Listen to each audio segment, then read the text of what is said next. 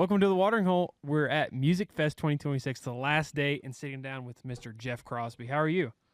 Doing pretty good. I left the watering hole, and I'm waking up with the watering hole. I'm sorry, but I don't think this watering hole is as fun as the watering hole you were at last night. This is good. I like this. It's actually better than how I left it. Yeah. So have you, how many years have you been coming to Musicfest? I want to say this is my fifth or sixth year, I think. Okay. Yeah, it's the years are starting to blur together a little bit, but I think it's the fifth or sixth, I would say. So you're from northern Idaho, correct? Yeah, kind of, I guess, maybe central Idaho, about 2 hours north of Boise. I grew up in Donnelly, McCall area, which is, I guess, 100 miles, follow the river north from Boise, about 2 hours. That's where I'm from. So what got you into playing? Well, I'll just start here. What got you into playing music to start off with in northern Idaho? I guess a lot of the old guys that are from my hometown, I always idolized and thought they were cool guys, but probably mostly because girls started paying attention to me when you play guitar. It was probably, when I first started actually Yeah. playing music. I you know what? That's probably one of the more common answers we get too. So Yeah, no. The older guys in my hometown, honestly, there's this guy Randy Priest that owned a hat shop in my hometown, and he's kind of the celebrity in my 98 person town I grew up in, and he was just kind of the central figure. He was the one always getting everyone together and having parties. He used to have these get-togethers in the back of his hat shop, and my parents started taking me there and hanging out. It was always the party, the get together. He was kind of the guy, and I don't know. He's the one that kind of got me into wanting to play music. Mm-hmm. You wanna kick us off with a song here? Yeah, play a tune. Let's see. Do this tune. See if I can get my voice back in this watering hole. But speaking of him, do this tune from my hometown here. One for Randy here.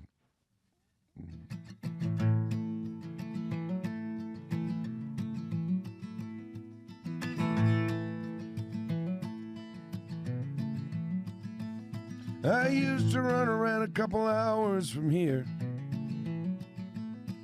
smoking cigarettes, drinking cheap light beer. Daydream about moving to the city with you. Daydream about the people we'd be in 10 years.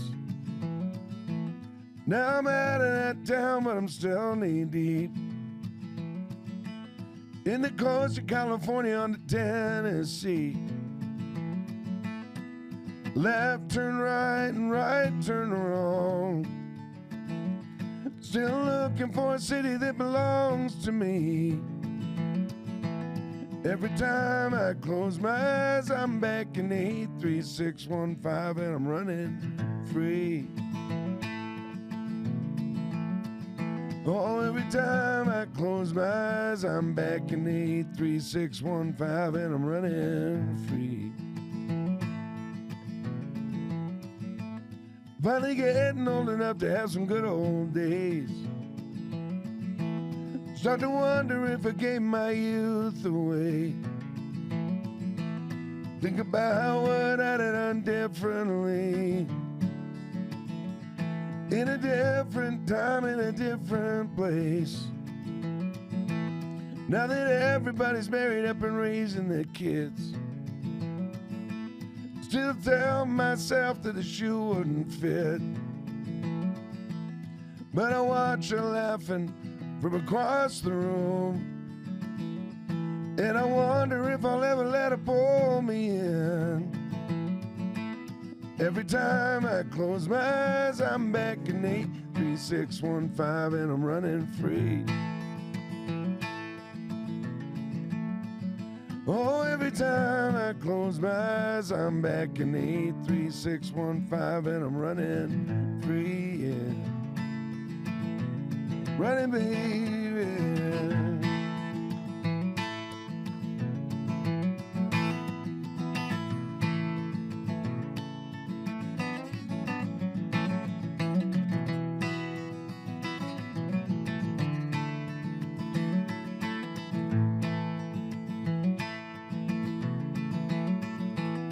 Every time I close my eyes, I'm back in 83615 and I'm running free. Oh, every time I close my eyes, I'm back in 83615 and I'm running free. Running.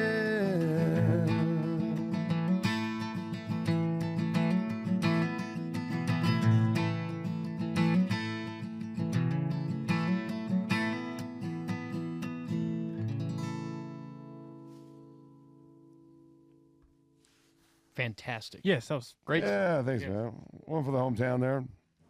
This is one thing that I love about, I think particularly like country music, Western music, Red Dirt.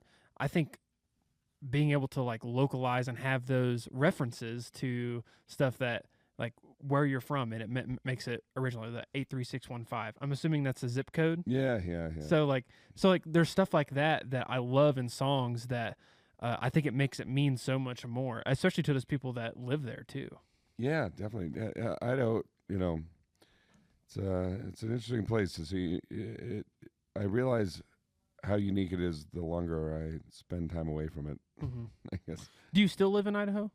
Yeah, I've been kind of back and forth. I've been between Texas and Austin and Boise these days, but kind of bounced around, man. I lived in Southern California for a while and lived in Nashville for a while, and kind of been falling in love with Texas. The more time I spend in Texas, the more I love it. Yeah. But you gotta have a healthy balance. I've been snowbirding. I think been going to Austin. Yeah. For most of the winter, actually. After he's in Austin for a little while, he heads up north to Boise because he's tired of all the... Hey guys, Rhett and Jager here. Just want to take a quick second to say thank you to CH Lonestar Promo for all of the amazing work they do for us and they can do for you.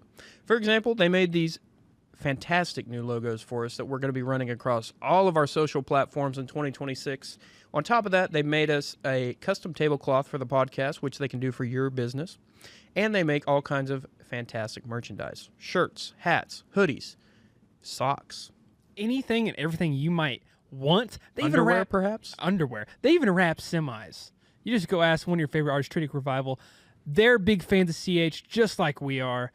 And I think you will be too. So go check out CH Lonestar. That is CH Lonestar for all your merchandising needs, and they will get you taken care of. We'll have their link right down below in the description. Go check them out. Tell them we sent you, and they will hook you up. Huge thank you to CH Lonestar for sponsoring this podcast. Noisy. Yeah. A damn Quails reference for you there.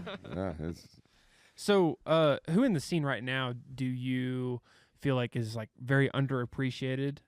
And like, because I'm sure being around all these different scenes, like being in Nashville, being in Austin, being in Idaho, who do you feel like really stands out that really needs a lot more love? it's hard to say. I don't know. I feel like old all of a sudden, but I guess I'm 38. It's funny being in Austin. There's so many great bands in Austin now, but I've always been in love with kind of the older. I don't know. Every Wednesday, I was just talking to my dad yesterday about going and seeing James McMurtry plays every Wednesday at the Continental Club. Plays at midnight. I think every Wednesday is his main gig. I guess he's one of the older guys, but he's my favorite guy to go see. I think it's the coolest part about living in Austin. You can go see him for like $10 on a Wednesday. Mm-hmm. I don't know. I mean, Murtry's great. I don't know. I've been playing with the Reckless Kelly Boys and making the motor cars. Those are like my Idaho buddies. So I've been playing with them a lot over the years. I don't know. I was just hanging out last night with my buddy Sean. He plays in this band, The Wilder Blue. I think it's probably the best band I've ever seen. I've heard of them. They're almost like kind of obnoxious. They're like too good. Yeah. So I shouldn't be giving them a shout out. But I think they're maybe the best band coming out of Texas right now, though. Yeah. I would say, as far as there's just the most talent. They're so talented. It's like it's almost it's borderline annoying. So, what is the go-to place in Austin? Like, if you want to catch a good show, what's the go-to place? I mean, I would say the Saxon Pub is my favorite place. Mm-hmm. But I mean, I don't know, the Continental, Sea Boys. That's kind of my stretch. You could probably find me at one of those three places. If I'm in town, I'll be at one of those three places. I've heard that since like a lot of like people from California have been moving in, like the Austin scene has kind of gone downhill. Is that do you think that's true, or do you think it's just as alive as it has ever been? No, that's definitely true. It's definitely going very downhill. And me being there is probably a sign of that. No, I don't know. It's funny. I feel like every town I moved to, I lived in Nashville before moving to Austin for like 5 years, and my Cody Braun, the fiddle player from Reckless, he and I have this joke. We call them the used to be's. Every bar, it seems like every town I've moved to, you sit down next to someone, you're like, man, this is a great bar. And they're like, yeah, used to be a great bar. And we're like, the used to be's. I think it's going to be our band name. I just think, I don't know. When I'm in a town, I'm trying to enjoy it for what it is. Yeah. I'm sure it used to be great too, but I'd like to think it's still pretty great. I mean, we're there. I kind of feel I totally get what you're saying, because like we started in Stillwater, and I still live there now, and was so many bands and so many musicians that went through Stillwater, like from early 2000s to like mid 2000s, and they all went on to do great things. And we'll talk to people, and it'll be like yeah, like you should have been here when this guy was playing, or this guy to play. It used to be great, whatever. And I'm like, there's a lot of great bands there now. A lot of our friends that play there are really good. There's great bands there now, and now there's a lot of great spots popping back up to go and play there. So. Yeah, I'm kind of the mindset of, I don't know, we're here right now. It's good. It's great. There's a lot of great music here. Obviously, it's nice to reminisce about the past, but I don't know. I'm not going to dwell on that too much. Yeah. I mean, I obviously acknowledge it, but I kind of get annoyed by that state of mind. Yeah. It's like, oh man, it used to be so much better. It's like, it's good right now. There's a lot of great bands. It is what you make it. Yeah. So you just put out your 7th studio album, Another Petal Falls Off the Rose. Yeah. What can you tell us about this new project? This record, we did it in Sonoma County, Northern California area, and this guy Dave Schools, he plays in this band Widespread Panic. They're this big, amazing actually jam band, kind of 90s jam band. It's fun playing in this scene because nobody knows who they are, and they're just this like awesome band. They've had this insane career, 25-30 year career. Their bass player Dave Schools, I met him through another band I was playing with called the Jack Mormons. And we talked about doing a record together, maybe 10 years ago. And during the pandemic, we were texting each other through Instagram or whatever. And it was like, man, when are we going to make that record? And I was like, yeah, God, we should do something. And he goes, well, what are you doing right now? I was like, actually nothing. We just canceled a year's worth of shows. So I ended up going over there, spending, 2 weeks with him in Sonoma County, and I don't know, making this really bizarre record. It's one of the strangest records I've made, but it was really fun to get to do it with him. Mm-hmm. And I hadn't worked with a producer that was so hands-on, kind of deconstructing all the songs, putting them back together. Yeah, it's a weird record, but it was one of the more. I had a blast making it with him. I mean, it was fun to get to kind of tear things apart, put them back together. So yeah, that's it. Do you have a song? Maybe it's from the new album. Maybe it's from something else. But do you have a song that's like your baby? That's like, this will always be my secret favorite child. Maybe. Yeah, they're all kind of that.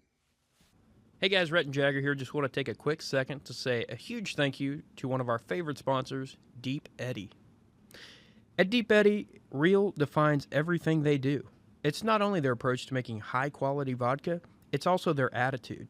Starting with purified Texas water, they only use the best ingredients: local honey, pure cane sugar, juice from real fruit, and organic tea. Proudly distilled 10 times and handcrafted in small batches in Austin, Texas, Deep Eddy Vodka is refreshingly clean vodka, ready to be enjoyed however, whenever, and with whomever you'd like. Deep Eddy Vodka, handcrafted with real fruit.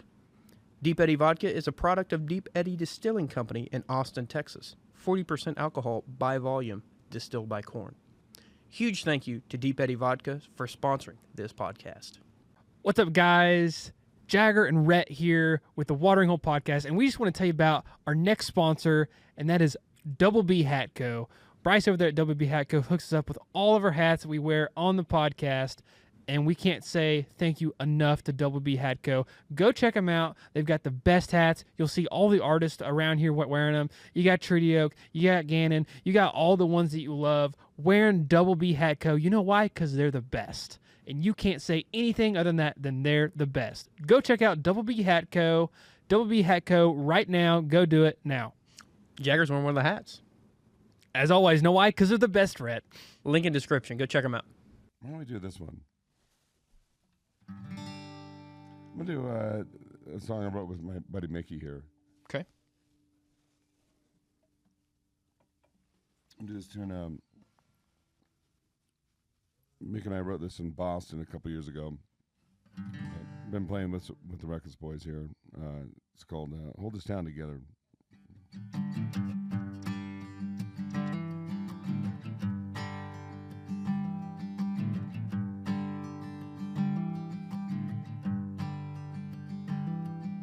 Haven't been to church in years. This morning I think I might clear my guilty conscience from what happened here last night.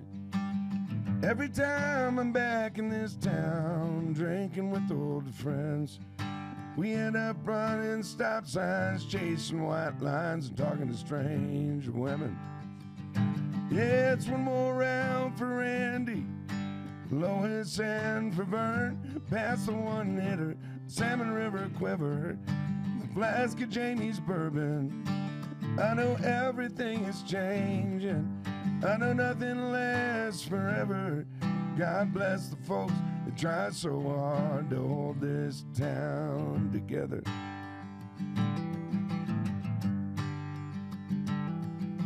So Mary Ann's still slinging drinks down at the old mill bar, borrowing John's jumper cables every time she starts her car. She still thinks the good old days when she was 18, living in her brother's basement, high on methamphetamine.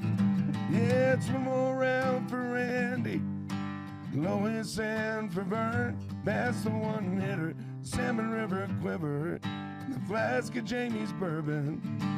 I know everything is changing, I know nothing lasts forever. God bless the folks that try so hard to hold this town together.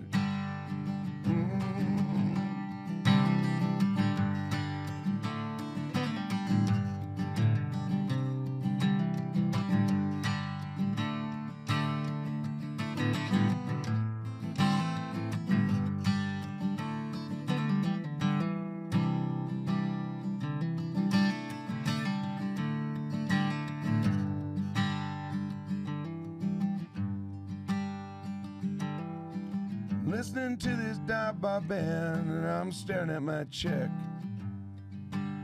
Last call was a while ago, but we ain't done drinking yet. Make our way down Lake Street after flipping a coin for the DUI, with the same car full of losers that can never say goodnight. Yeah, it's one more round for Randy, Lois and for Vern, past the one-hitter, the Salmon River Quiver, the flask of Jamie's bourbon. I know everything is changing, I know nothing lasts forever. God bless the folks that try so hard to hold this town together. God bless the folks that try so hard to hold this town together.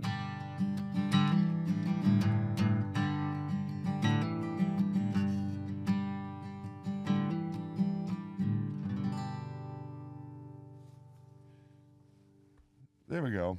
Beautiful song. Thank you, was sir. awesome. I can play that one in the morning. Yeah. So do you have anything coming up? Obviously, the brand new album just came out, so everybody can go check that out. Do you have anything coming up in the first part of this year that you want people to stay tuned for, be on the lookout for? Yeah. We're on a record right now with Cody Braun from Reckless Kelly, actually. We just did a couple songs at Arlen Studios in Austin. And we've been kind of bouncing around recording at different studios over the summer. Got this idea in my head where if we had a day off while we were on tour, my new obsession is booking a studio in whatever town we're in.